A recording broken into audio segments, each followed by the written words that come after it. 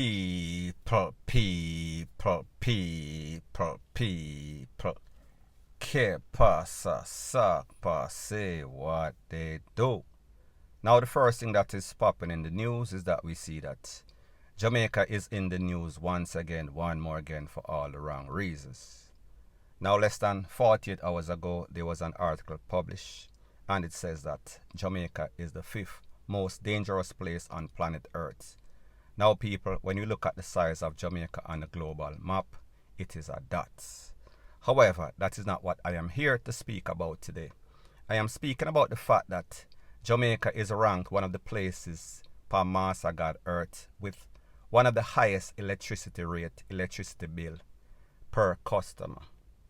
Now people, when we think about the fact that Jamaica also has one of the lowest salaries, and people, I am not speaking about one of those little countries in Africa or one of those little places in Timbuktu.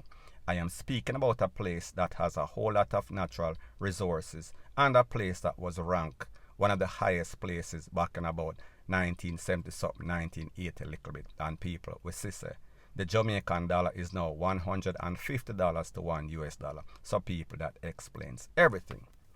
Now people, when we think about the fact of why is Jamaica light bill so high, we have to understand that is what happens when we have a monopoly. That is what happens when we have owners of companies that basically come into Jamaica and they are given the green light. The green light by the governments, and also the government is a part owner as it pertains to JPS. So therefore that is a conflict of interest right there off the top of the bat.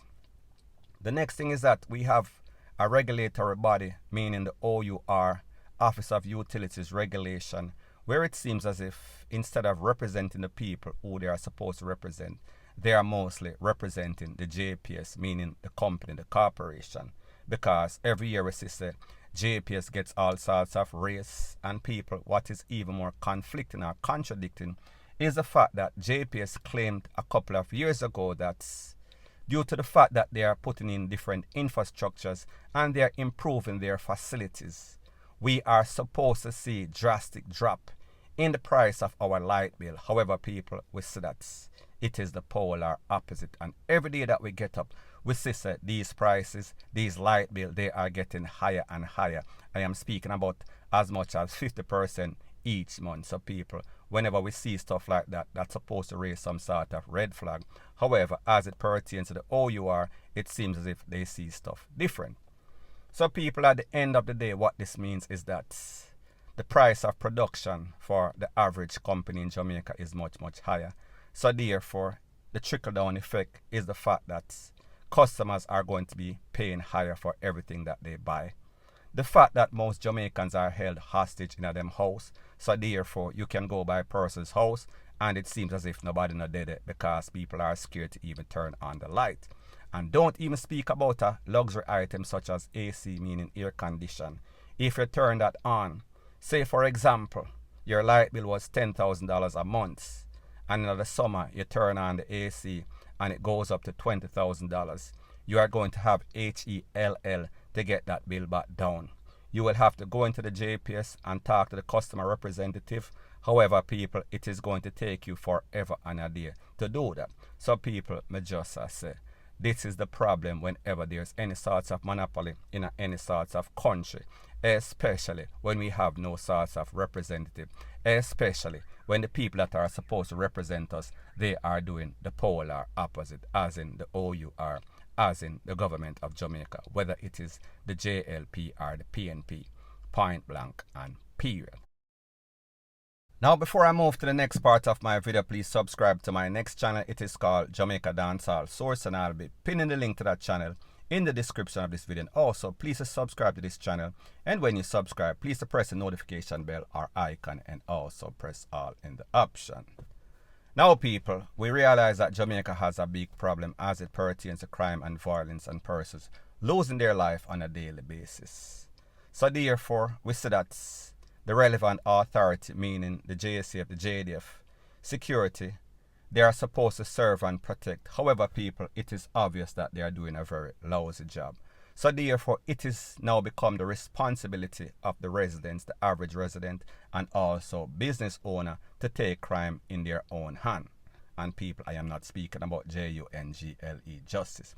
I am speaking about, as a business owner, you are supposed to implement all sorts of security devices for your business to make sure that your environment is safe and secure. Likewise, the owners of any sorts of house, any sorts of property.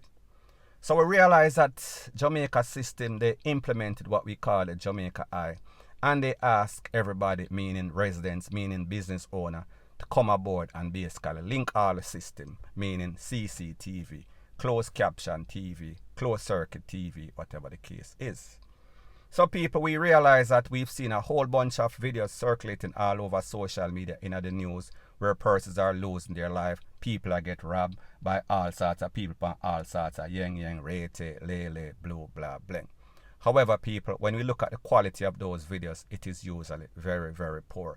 We are speaking about black and white in a 2021 in the age of technology. So people, we see that is going to be problematic.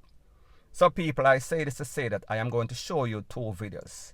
In the first video, it is a clearer video. It is obviously in the day, not too dark.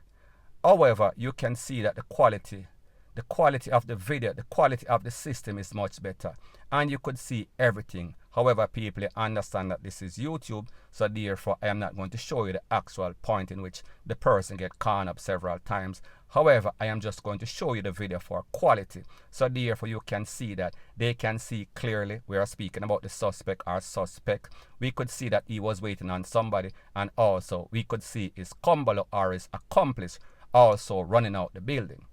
In the next video, that video was taken from Jamaica and it shows a robbery that was going in progress. However, when we look at that video, even though that video was taken in the night, we saw that it was black and white or gray.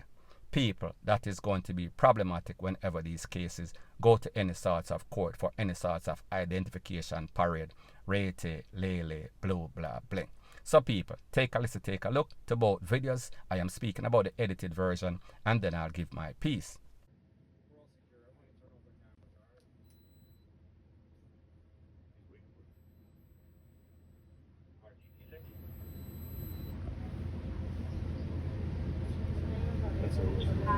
He had his face exposed earlier, right? Yeah.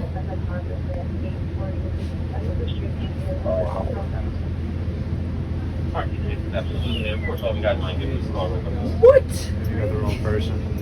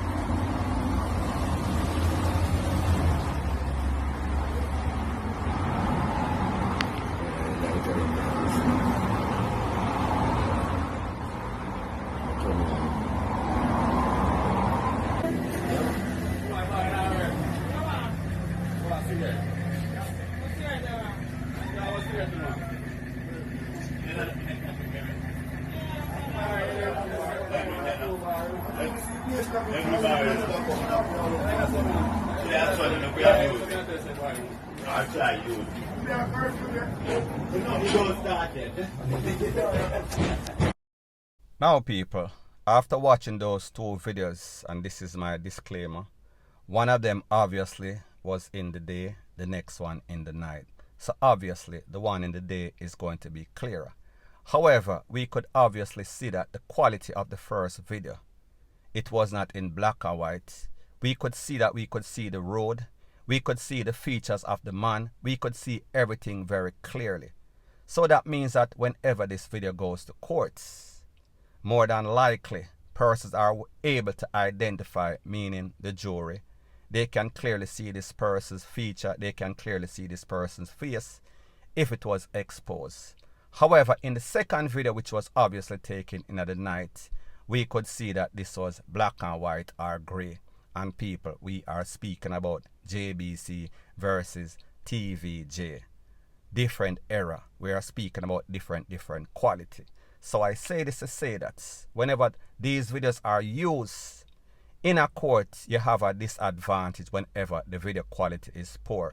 So therefore, the people can get to it much easier. And people, I am not saying that these videos will stop criminals from wanting to take away people's life or wanting to rob, because at the end of the day, we see that they are lazy, they are worthless, and they are also evil. So therefore, they will do what they want to do whenever they feel like. However, at the end of the day, if we use these videos in courts, and it basically can be some sort of deterrent to stop them from thieving or make sure so them end up in the place where they truly belong. May I talk about the prison or the morgue. So people, me just say, it is up to the residents, it is up to these business owners to take a stance, because it is obvious that the system cannot protect us. The system is woefully lacking. The system does not have the ability or the willingness or even the know-how. They are lost, they are dazed and confused. So therefore, if we can provide any sorts of footage from any sorts of robbery, any sorts of crime, it will help them. Hopefully, they won't fumble the ball when the case goes to court. Point blank and period. Now the next thing that is popping in the news is that we see that the West, meaning Savannah Lamar, Westmoreland, it has become like the wild, wild West. And people, within 48 hours from Saturday to Sunday, 5 persons lost their life. And one of the most infamous cases as it pertains to up-and-coming dancehall artist, promoter, businessman, paparazzi, we saw he lost his life. However, people, based on the information from the Popo, it is said that all of this, the motive behind all of this gang reprisal, as it pertains to DESTA and also Darling Street gang. And these persons have been going back and forth at it for the better part of half a decade, since 2016, so people, do the maths, 5 years plus. Now people, the other day, 5 persons in a 48 hours. I am going to speak specifically about 2 of those persons. 28-year-old Mark James, he lost his life Sunday at about 2 a.m. in the morning, crack of dawning. Based on information, and people, this is based on information or the accounts of the person that they were looking for. I am speaking about the target. It is said that Mr. Mark James, he is a student at the Heart Academy. He is no gangster. He gets up, he goes to school, he works. He is not affiliated. Well, let me change that. His affiliation is that he has a brother, and that is a brother based on the accounts of the father. Them a look for the brother, them can't catch Quacker, them catch him shots. The next person, I am speaking about O'Neal Reed. He lost his life on Saturday. Based on the information, Mr. Reed, he is a welder by trade. Mr. Reed, he goes to work. Mr. Reed, he supports his family. He does what the average man is supposed to do in Jamaica. However, Mr. Reed knows somebody that is a part of one of those gangs, be it DESTA or Darling Street. They did not specify. So therefore, because them can't catch the gang member that they are looking for, and them know, say, we see Mr. Reed and this little man a spar, they decide that they are going to take out Mr. Reed. Now people, based upon members of these communities, like I said, all of this is reprisal. And out of the 5 persons, I am hard pressed to find somebody that says one of these 5 persons was involved. However, people, what everybody suffered from is if them can't catch Quacker, them are going to catch him shot syndrome. So people, at the end of the day, the whole community is in siege. At the end of the day, everybody is fearing for their life, because people like them say, you don't have to do anything. You don't have to know anything. You just want to be some sort of neighbor, some sort of friend, some sort of family member of some sort of person from either DESTA or the next one. People, it makes absolutely no sorts of sense.